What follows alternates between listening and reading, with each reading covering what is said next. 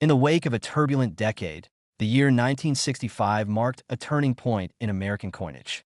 The U.S. Mint, grappling with a nationwide coin shortage and rising silver prices, made a bold decision to eliminate silver from the dime and quarter. For the Roosevelt dime, this meant a shift from the traditional 90% silver composition to a clad structure, copper sandwiched between layers of nickel. It was a radical change, born out of necessity, and it ushered in a new era of coin production. But transitions, especially ones made under pressure, rarely unfold without flaws. The Philadelphia Mint, tasked with producing millions of these new dimes, faced immense strain. Dies wore down faster than expected, planchets were inconsistently prepared, and quality control struggled to keep pace. Amid this chaos, a few coins slipped through the cracks, coins that bore the scars of system in flux.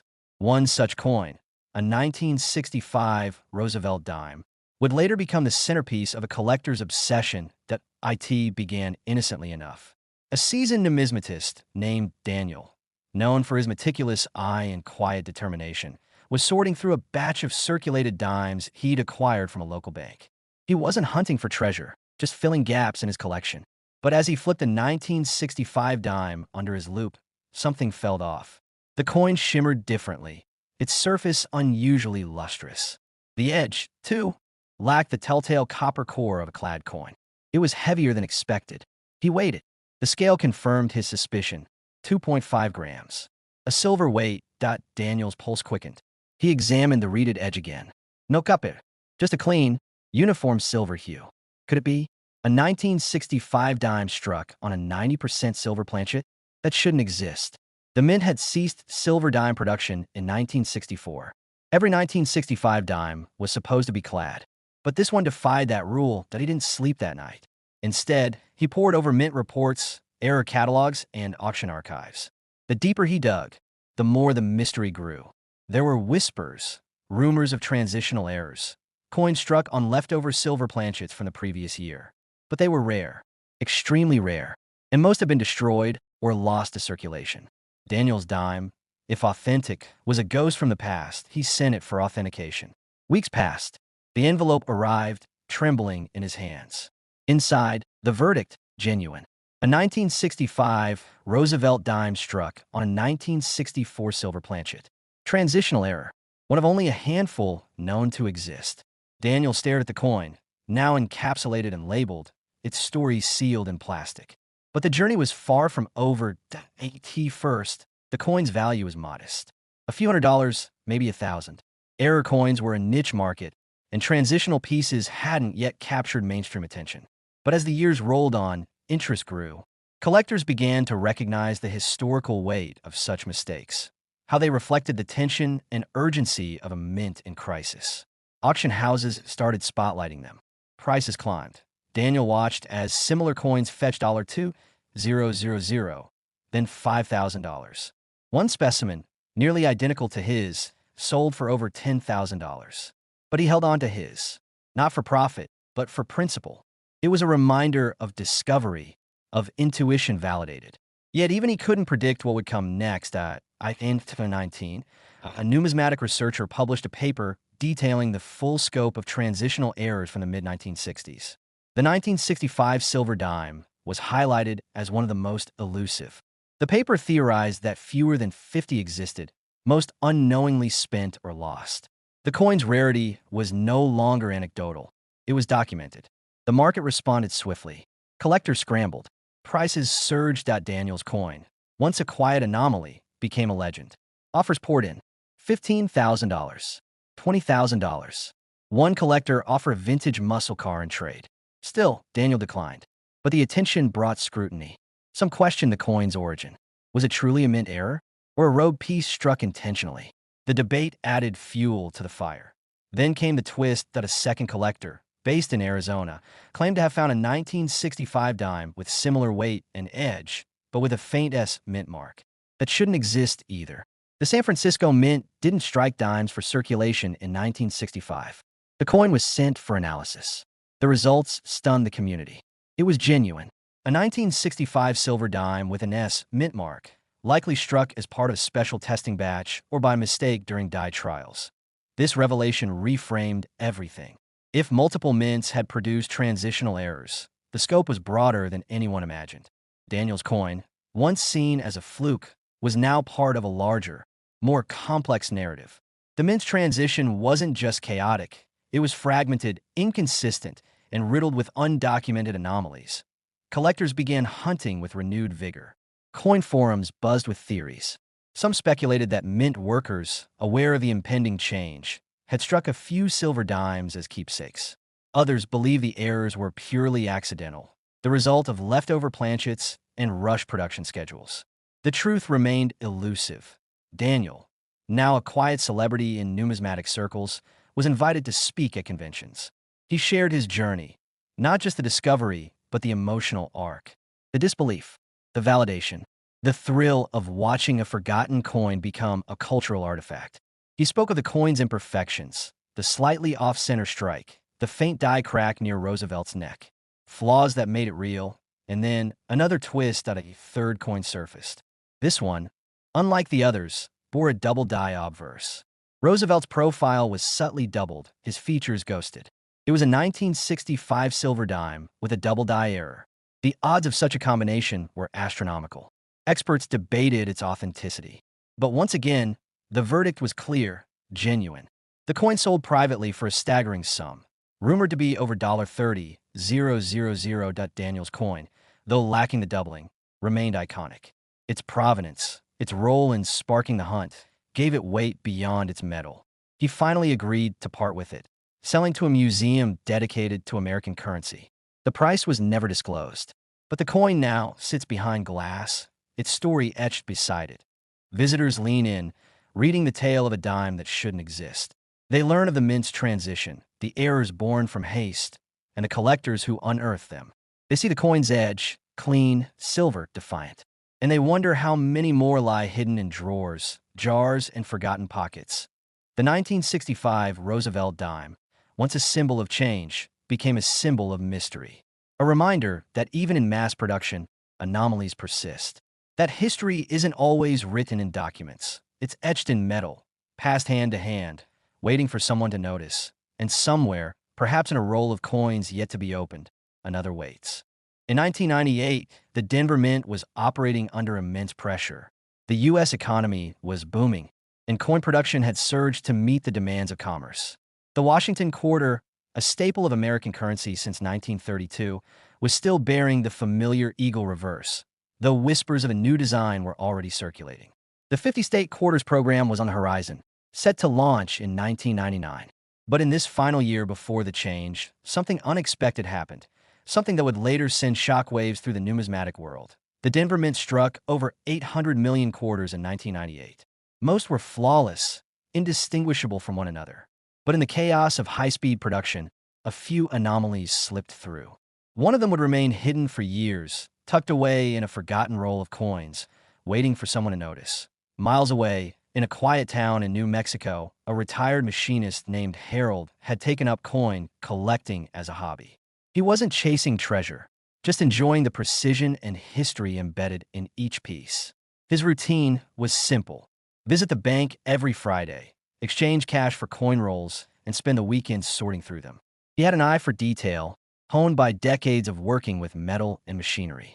And it was that eye that caught something strange one autumn afternoon. The quarter looked ordinary at first. 1998, D. Clean strike. No visible wear. But as Harold tilted it under the light, he noticed something odd about Washington's profile. The letters Liberty and In God We Trust seemed slightly off, thicker, almost shadowed. He flipped a coin. The eagle on the reverse was sharp, but the lettering below it, $quarter, was subtly doubled. Not dramatically, but enough to raise suspicion that he weighed the coin. 5.67 grams. Normal. He measured its diameter. Also standard. But the doubling nagged at him. He pulled out his loupe and examined the obverse again. Washington's I was ghosted. His jawline had a faint echo. Harold's pulse quickened. He'd seen double dies before, but never on a 1998 D quarter. He checked his catalogs. Nothing. He searched online forums. Silence that he posted a photo. The responses were mixed. Some dismissed it as machine doubling, a common, insignificant flaw. But a few seasoned collectors saw what Harold saw. true doubling. Not from mechanical slippage, but from a misaligned hub during die creation. A double die obverse. Rare, unexpected, and potentially valuable. Harold sent the coin to a grading service. Weeks passed. The envelope arrived. Inside, the verdict, 1998 D. Washington Quarter. Double die obverse. FS 101. The designation was official. The coin was real, and it was rare. At first, its value was modest. A few $100s. Error coins from the late 20th century hadn't yet captured mainstream attention. But Harold's discovery sparked curiosity. Other collectors began checking their 1998 D quarters. A few similar coins surfaced, each with varying degrees of doubling. The market took notice. Auction houses began listing them. Prices climbed. $500, $900. One specimen, nearly identical to Harold's, sold for $1,200. But Harold held on to his. Not for profit, but for pride. It was his find, his moment, and he wasn't ready to let it go. Then came the twist that a collector in Oregon reported a 1998 D quarter with a completely different anomaly. The obverse was normal, but the reverse was rotated almost 90 degrees off. The eagle appeared sideways when the coin was flipped. It was a dramatic misalignment, and it raised questions. Could these errors be related? Was there a batch of flawed dies used at the Denver Mint that year? Researchers dug deeper. Mint records from 1998 showed a brief shutdown of one press due to die misalignment. The timing matched the error coins. It was possible, likely even, that a small run of quarters had been struck with flawed dies before the issue was corrected. But how many had escaped in his circulation? Harold's coin, once a curiosity, became a cornerstone of the investigation. Experts studied its strike, its doubling, its alignment. They found a faint die crack near Washington's neck, evidence of stress during hubbing. The coin wasn't just an error. It was a snapshot of a moment when the mint's machinery faltered. Collectors began calling it the Denver Echo. The name stuck. Coin forums buzzed with theories. Some believed the double die was the result of a rushed die creation process, as the mint prepared for the upcoming state quarters program. Others thought it was a leftover die from a test batch, accidentally used in production. The truth remained elusive. Harold, now a quiet celebrity in numismatic circles, was invited to speak at a regional coin show. He brought the coin, still encapsulated, and shared his journey. He spoke of the thrill of discovery, the skepticism, the validation. He urged collectors to trust their instincts, to look closely, to never dismiss the subtle signs. The Denver Echo gained traction. Articles were written. Videos were made. One YouTube channel featured Harold's story, and the video went viral. Views climbed into the hundreds of thousands. The coin's fame grew, and so did its value. A private collector offered Harold $5,000. He declined. Another offered a rare 1916 D Mercury dime in trade. Tempting, but still no. Harold wasn't ready. The coin had become more than metal. It was memory, mystery, and meaning. Then came another twist that a third coin surfaced. This one, unlike the others, had a partial collar strike. The rim was distorted, flattened on one side. The obverse showed faint doubling, and the reverse was rotated. It was a hybrid error, multiple anomalies in one coin. Experts were stunned. The odds of such a combination were astronomical. The coin was authenticated. Its origin traced to the same press shutdown noted in the mint's records.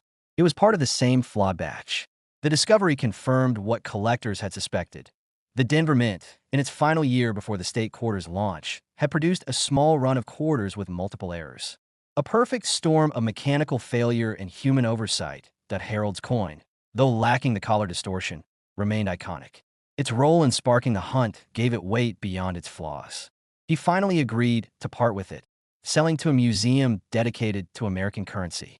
The price was never disclosed, but the coin now sits behind glass, its story etched beside it. Visitors lean in, reading the tale of a quarter that shouldn't exist.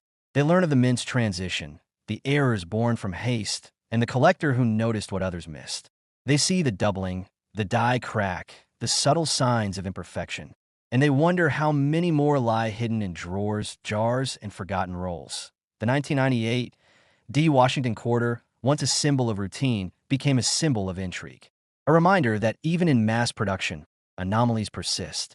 That history isn't always written in documents. It's struck in metal, passed hand to hand, waiting for someone to notice, and somewhere, perhaps in a role yet to be opened, another waits. The year was 2013, and the Denver Mint was operating at full throttle. Over 5 billion Lincoln cents were struck that year, each bearing the familiar bust of Abraham Lincoln on the obverse and the Union Shield on the reverse, a design introduced in 2010 to commemorate Lincoln's preservation of the United States. The composition remained unchanged, a core of zinc coated with copper, weighing 2.5 grams. Routine, predictable, but within this sea of uniformity, something slipped through, something that would later send ripples through the numismatic world. The Denver Mint, known for its precision, had been pushing production to meet demand. Coin presses ran day and night, dies were swapped frequently, and planchets were fed in rapid succession.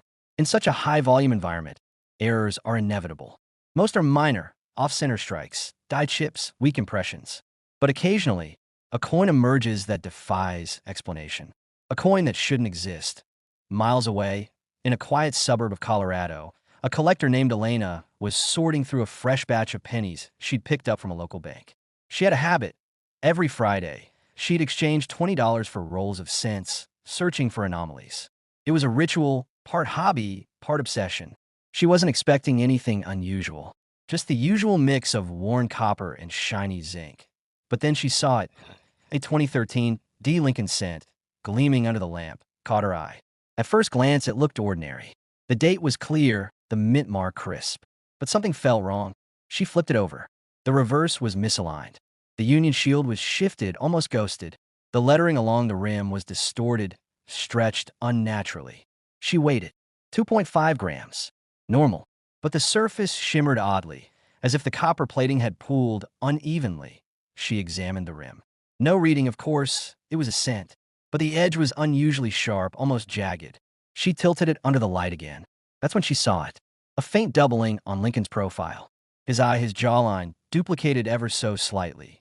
A classic sign of a double die. But this wasn't just any doubling. It was paired with a misaligned reverse and a warped rim. A trifecta of anomalies that Elena's heart raced. She'd seen errors before, but never a combination like this. She consulted her catalogs, her online forums. Nothing matched. A few mentions of 2013 D-cents with minor die shifts, but nothing this dramatic. She posted photos. The responses were immediate. That's wild. Never seen one like it. Could be a mule. Theories flew. Some suggested a misfeed during striking. Others speculated a die clash. But no one could explain the full scope. She sent it for grading. Weeks passed. The coin returned, slabbed and labeled. 2013. D. Lincoln cent multiple strike error. Double die Opfese. Misaligned reverse. The designation was rare. The grader's notes mentioned an unusual die pairing, possibly the result of a misinstallation during a die change. Elena stared at the label. Her hands trembled. She had something special, .at first. The coin's value was speculative. A few $100s, perhaps. Error collectors were intrigued, but cautious. Then came the article. A prominent numismatic blogger featured Elena's coin, calling it a modern mystery. The post went viral. Collectors began searching their own rolls. A few similar coins surfaced, same year, same mint mark, but with varying degrees of distortion. None matched Elena's trifecta. Offers rolled in. $500, $1,200. One collector offered a full set of silver Roosevelt dimes in exchange. Elena declined. She wasn't ready. The coin was still revealing itself. She began researching the Denver Mint's 2013 production logs. She found a note, brief, buried in a footnote, about a die maintenance delay in late March. Could that have been the window? A moment when mismatched dies were briefly paired? She contacted a retired Mint employee. He confirmed that during high-volume runs, die swaps could be rushed. Sometimes, he said, a reverse die from one batch gets paired with an obverse from another. If the alignment's off, you get weird strikes. Elena asked about double dies. He hesitated. Rare, he said, but if a hub's misaligned during creation, it can happen. Usually caught early. But not always. The mystery deepened. Elena's coin wasn't just an error. It was a snapshot of a moment when the Mint's machinery faltered. A mechanical hiccup immortalized in metal. Collectors began calling it the Denver Phantom. The name stuck. Auction houses took notice. One offered to feature it in a spring catalog. Elena agreed. The coin was listed with a starting bid of $2, The auction was electric. Bidding escalated quickly. $2,500, $3,800, then $5,000. A final bid sealed it. $6,750. The buyer was a private collector specializing in modern U.S. errors. Elena watched the sale online, stunned. Her Friday ritual had unearthed a treasure. But the story didn't end there. Months later, the buyer contacted Elena. He discovered something new. Under magnification, the coin revealed a fourth anomaly, a faint clash mark near Lincoln's shoulder. It matched the outline of the Union shield, proof that the dies had collided without a planchet between them. Adi Klesh. The coin now bore four distinct errors: double die obverse, misaligned reverse, die clash, and rim distortion. The collector had the coin regraded.